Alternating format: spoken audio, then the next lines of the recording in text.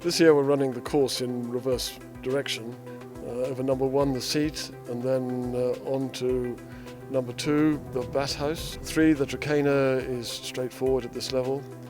4, the first visit to the Charles Owen fences, again straightforward.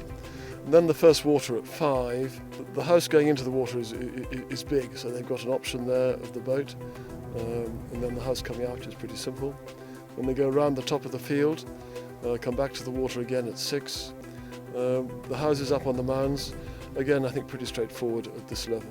The first real question then comes at 7. They've got 2 oxes on a bending 4 strides, and then they go on to the Royal Works again. That's really the first big 4-star question. Then 9, the brush corner. Then you'll see all sorts of strides to the brush on the mound at 10. And then the next big combination at 12. They've got the big brush oxer, disappear into the woods and round to the Vittinger fences. The barrel's straightforward enough, and then there's a related distance to the big ditch and brush. And then there's a bit of a tour to the woods, to the Vellum barn, a big spread on top of the mound.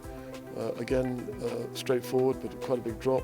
And then to the Mesmer water. Big hedge to start with, simple enough, but then they've got like a bending 7 strides to the log into the water, 4 strides through the water, up the step and bounce over the big hedge, and then a steady 5 down to the step, out of the water again, and then 1 stride to the teacup. And then it's on to the area of the arena.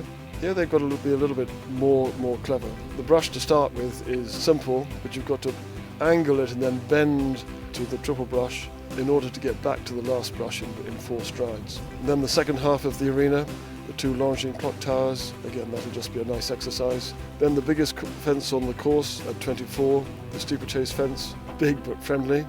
Then the bridge to Blair, and then the last water at the DHL, 26 and 27. The setup house is simple enough, but then they have a choice of jumping through the middle, where they jump a bigger hedge but land on the beach, and then 4 strides to the boat on the island, or the smaller hedge with a drop directly into the water, and then again 4 strides to the boat in the water. There's nearly a minute to gallop to the last question on the course at 28. Coming down the hill to the triple brush, here they'll have to take a tug and slow down, but then they've got a bending 4 strides to the first horse, and then 2 strides on the angle to the second horse. And then the last 2 fences are just there to help everybody finish with a feel-good factor.